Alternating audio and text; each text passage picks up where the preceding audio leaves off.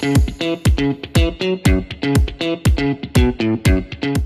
right, so we've got what we all call you Do, David Owens, but pretty much everybody calls you Do, and you're the only. I don't know why. I know lots of BTs, like lots of BTs, but you're the only Do. So thanks for joining me today, Do. I was just going to start with what got you into golf? Who was the person that sort of got you hooked on the game? I know you played baseball before that. Well, when I grew up in Sedalia, Missouri, little small town, little over an hour from east of Kansas City, um, there were two golf courses in town. One was we'll call it a country club. There was the golf course was okay. There was a pool and tennis courts, and there was a public golf course that still had sand greens. This is into the late 80s. My dad, as part of his deal, we were members at the country club. So in the summer, they would drop us off to all day. I mean,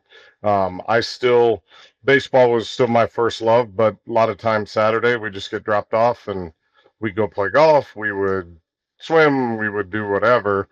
So that was how I started playing golf. It was always just something my brothers and I did when we got dropped off. As I got into high school, still was a baseball player. Didn't play much golf at that point. Didn't really start to play enough golf to be what I would call hooked until I had to have surgery on my right arm. I was a pitcher, had surgery on my elbow, I think my junior year in high school. And then I started playing more golf and I got to be self-taught 12. Then when I got to law school, after my first year of law school, I was really getting into it, took lessons from Bob Varoulis, PGA professional here in town, and in about 3 months, I went from a 12 to a 3 and was hooked. And by the end of law school, I didn't want to be a lawyer. I wanted to be a golf pro. So that's what I did the next summer. So yeah, that's one of the things that I always think is interesting. Is you're the only, at least the only one I know the only PGA professional I know who can say I passed the bar. And it comes in handy occasionally in a governance scenario, probably in terms of at least reading documents and understanding things quickly. yes, I would agree. I think too many people I went to law school. I have now been a golf pro for 25 years. I don't do continuing legal education classes. Law school does change the way you think. It allows you to read documents differently. You look at content different for sure, which comes in helpful. But I have a daughter in law school now, and she'll ask me stuff. I'm like, that was 25 years ago. You're on your own here, kid. The law's changed. I don't remember it. You're on your own. But no, it does change the way you think and how you assess situations or how you read documents for sure. Do you think that has any bearing on how you think as an operator? Oh, I'm sure it does. I couldn't necessarily pinpoint to a situation. I know as I've gone through jobs in the past, especially when I was a head golf professional and was operating a facility, I think you look at different situations or different employee policies differently. A lot of times these documents your employee handbook gets rewritten every year, right? We find something new every year. Your bylaws at your club get rewritten every year. I think for sure, as I looked at bylaws when I started a new job or I looked at employee handbooks, I definitely had a different, I think, look at them, and I would see potential pitfalls or, hey, boy, they really got this one right. Like, this is the way this should be. Well, I think if you don't have a background in that, it's not a knock. It's just sometimes harder to read that correctly. It's an interesting thing. It's like I took some professional development a couple of years ago, and the guy's name was Jonathan Clark, and one of his phrases that I don't know of many that really stuck with me is, "This isn't sort of who you are; it's who you wound up being." It's kind of like a combination. I mean, you're a combination of some of your best baseball coaches that were awesome mentors, and I'd love to hear maybe a story about one of them that maybe where they taught you something that you still use in golf and you now tell students about that. And then, but also the law degree stuff or the passing the bar, that sort of angle. That's your look. That's how you see the world, who you wound up being. So what do you think about that? So it's interesting. Like I grew up, the same kind of golf junkie I am now. I was that way with baseball growing up. I had a neighbor. We used to play out in the driveway every day. We would play what we called home run derby. I played little league. I played all stars. You know, we won a state championship here in Montana. I was the only 14-year-old on a 14, 15-year-old all-star team. We got to go to Anchorage, Alaska. I loved it. I always thought I would do something in sports. I just assumed it would be baseball at that time. Not that I was major league material. I just thought I would end up coaching or something. But I remember when I got to when I was playing Legion ball, my first year I had my pitching coach. So I got mono right as we started the first tryouts for Legion ball, and I was out for it was a long road, and I spent 2 months basically in bed. You also lost every bit of muscle mass and Everything. I lost like 25 pounds. I never ate. I slept 20 hours a day. And as I got healthy, I went back to pitching, and I was always a starting pitcher, but my coach was like, we're going to build you up slow, right? You don't have anything. You know, I had obviously lost a lot of stamina, a lot of weight, a lot of mass. I won't say I argued with him, but I was like, Coach, I'm a starting pitcher. I was like, I need, and he just kept looking at me like, no, I don't think you've got the stamina. So we're out. We have a doubleheader one day, and he goes, I'm going to bring you in the bullpen. I was kind of pissy, you know, because I was 15. I knew everything, right? I was really smart. And so I went out there and he brought me in. I can't remember what inning it was, but I threw like an inning. I was really good. I went out for a second inning and I got shelled. I had nothing in the tank. And he comes out and he gets me and we're sitting on the bench later. And it wasn't necessarily something he said at that point. It was that I looked at him differently after that, just because he was a real mentor to me, had been, as far as just a coach, a pitcher. But as I look at my coaching now, sometimes, especially when I have high school kids in front of me, yeah, I know better than you. Sometimes that's hard to see. Like, kids know everything, and I was that kid one time. And so I think when I relate back to, especially the kids in that age group, and I coach a lot of them, they're not always going to think I'm right, but I have to be able to lay the groundwork and be able to create a program or a path forward that I know is going to be better than them going, you know, down their path. And so after that, I remember that coach. I had him for another 2.5 years. Everything he said, I did. I was like, he knows better than I do. Right. So I got stronger. I got better. I got back to starting pitching. I got back to where I was until I had to have my elbow worked on. And so it was a good learning opportunity for me. Have you ever told that story briefly and sort of summarized it to one of those kids? I have for sure. That one, and then my first ever golf lesson with Bob Brulis is one I always use a lot. What Like I happened? said, so I was a self-taught 12. I had the weakest left-hand grip you'll ever see. Everything went short and right, right? Like most of the people that come see any of us that coach. He changed my grip, and I mean, I can't even get my left hand that strong on a club anymore. And I have my thumb down there, and really long thumb, really turned super strong. And he said, well, go hit 1,000 balls and come back. And this was first summer of law school, so I had all the time in the world. So I was like, great, I got a pass over at Larchmont. I'm gonna go hit balls every day. I could hook a sand wedge 30 yards.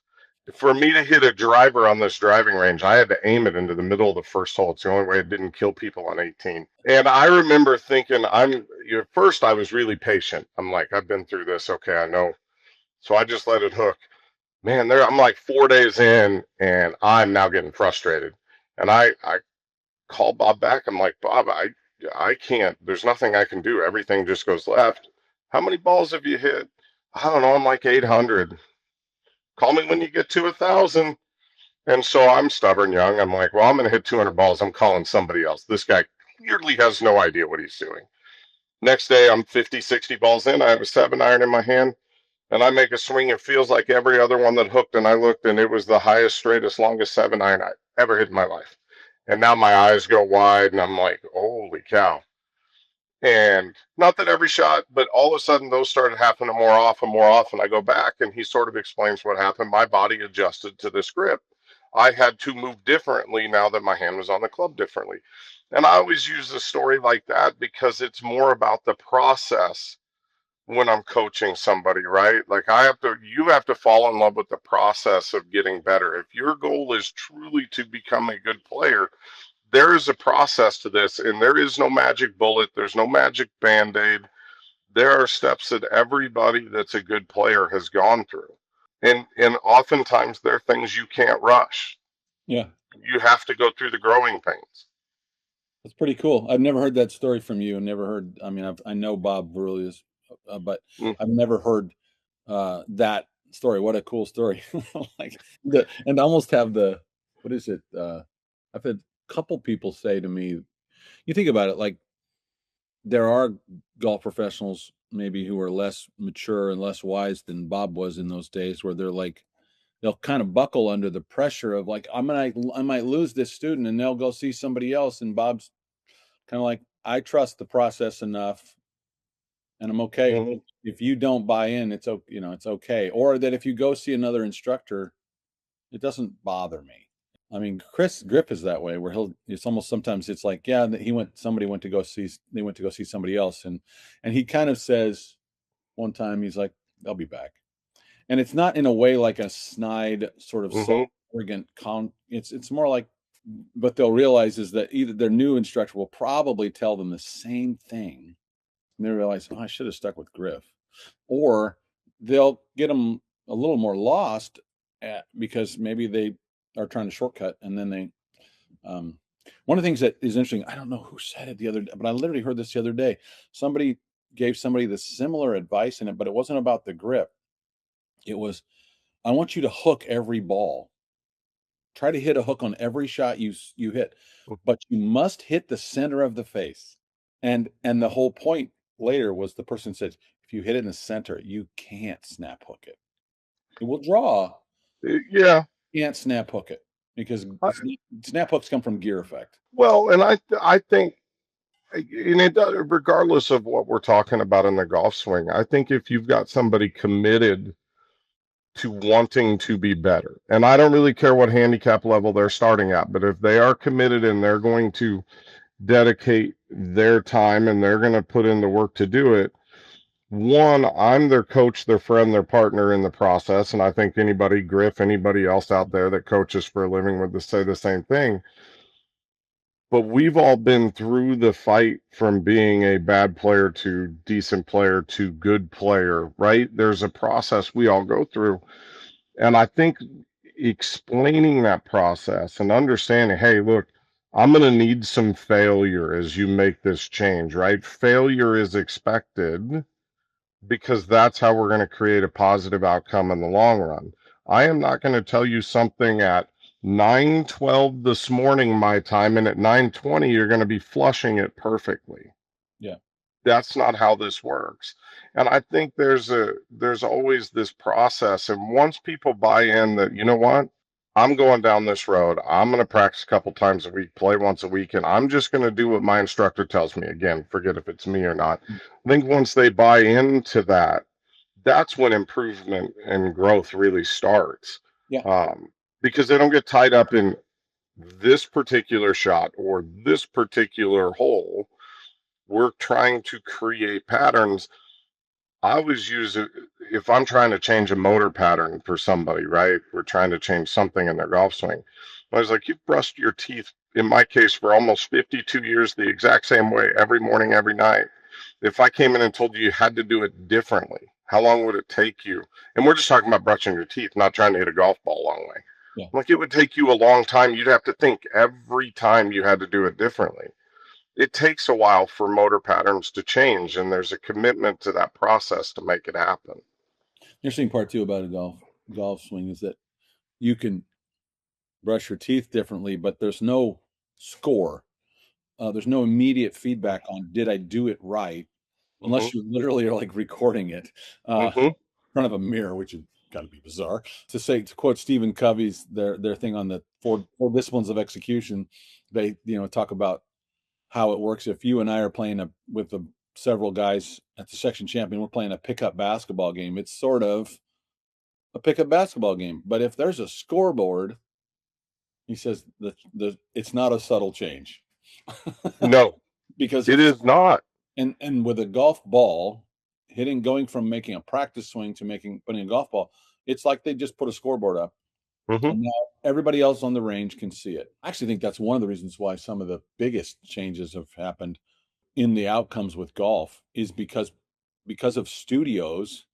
Certain people can experiment, and there is a scoreboard on up on the screen, but if it's just you and your coach, there's nobody, you can't see that. Oh wow, you hit it off the hosel. Yeah, there's none of that. As opposed to the 40 people on the range with you that day who you may or may not know, and you want to impress for some Yep. silly reason. We want those people to think we're good.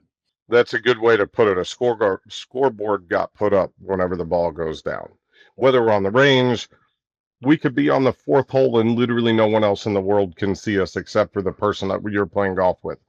There's still a scoreboard up, right? You're still trying to hit that. I use a lot of, I mean, I personally, I'm sure there's a lot of guys that do, and a lot of the girls that do that.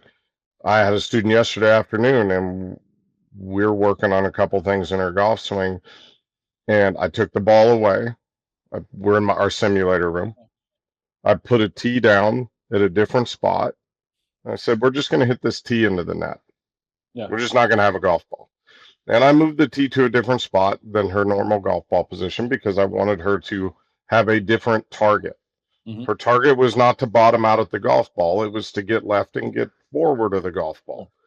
And as soon as I did that and I took the ball away, it was amazing how good turf contact got, right? Like she was now able to, she had a different target.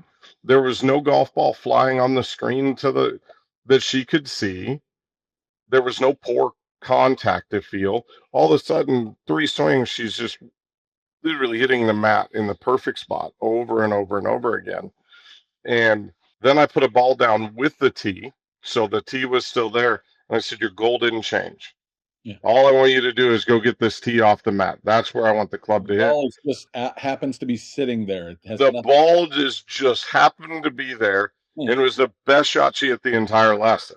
She was like, well, I have a net set up in my garage. I was like, I gave her one of the tees. I said, this is what your practice is. Yeah. I was like, you're going to practice a lot of swings without a golf ball. And when you're hitting the tee like this, throw it down. There is a process to this. And sometimes they need to forget the golf ball is there. Yeah. That's easier said than done. But I've done that so many times with female players who felt like they thought their sort of identity about themselves was, I'm not an athletic. And then they, I played tennis. You're like, how are you not athletic? You can chase a fuzzy all around. And I would use that with the driver a lot of times, use the tee, and it's like hit the top of the tee. And one of my favorite things after they hit the top of the tee several times and move it forward, knock it out of the ground, I'd say, hold the ball and say, look at the difference in size. Like one is like very small and one is big. And so that whole thing. So I love that you're doing that. One question that I do want to ask you is, a few years ago, you made the transition from being a operator, went from Hamilton Golf Club, where you were pretty successful, I think. You really did a lot of good things with that club, and this is pre-COVID. You kind of put it on the map in terms of, it was always a good facility, but it went, in my opinion, because I see things from, not that I'm special or anything, but I kind of have a drone view of everything, I guess, because I'm not really on the guys all the time. Hamilton went up in the radar, and just a little bit goes to show, if you have the right PGA professional there, the place gets on the map more and people are more drawn to it. So you were doing pretty well there. And then you had the opportunity to go, to Missoula to be a full-time director of instruction. How'd that process work? So at the time, try not to say nice things about Nallen. It's unavoidable here. Chris and I, this is COVID. We were on a Zoom board call. We were the chapter president, vice president of Western Montana at the time. And Missoula Country Club had their first sim they put in a year or two after Chris got there. Yeah. This would have been 13, 14, 15, somewhere in there. Right next to the golf shop. Right next to the golf shop. Yeah, a lot of traffic. A lot of traffic. So Chris and I are on the Zoom call, and all of a sudden he texts me. This is like an evening Zoom call. He goes, hey, come down to the club when we're done. I want to show you the new sim. And okay, I got nothing going on. So I drive down and it's back in the old maintenance building. Did you go to the golf shop first? No, he had told me where it was. Okay. I knew where I was going. If you don't mind, because most people don't know, because that's a pretty creative use of space for a club to put it at the other end of the square. You know, like home plate is where the club is, and I always Yeah. The place where you spend all your time is it's at second base on the property. Yeah, it really is interesting, like because there's no access from the front of the house, essentially from the pro shop to get back there. You have to drive a road back around to our Sims. But the club at that point had built a new maintenance facility, so this building was open and they could have torn it down. Thankfully did not. They had open space. And I remember when the club was building the first one by the shop, I stopped by. There was, I mean, they were halfway through construction. And I made a joke to Chris and Connor at that time. I was like, "You're only building one?" And well, that was, that was what the board approved. Yeah.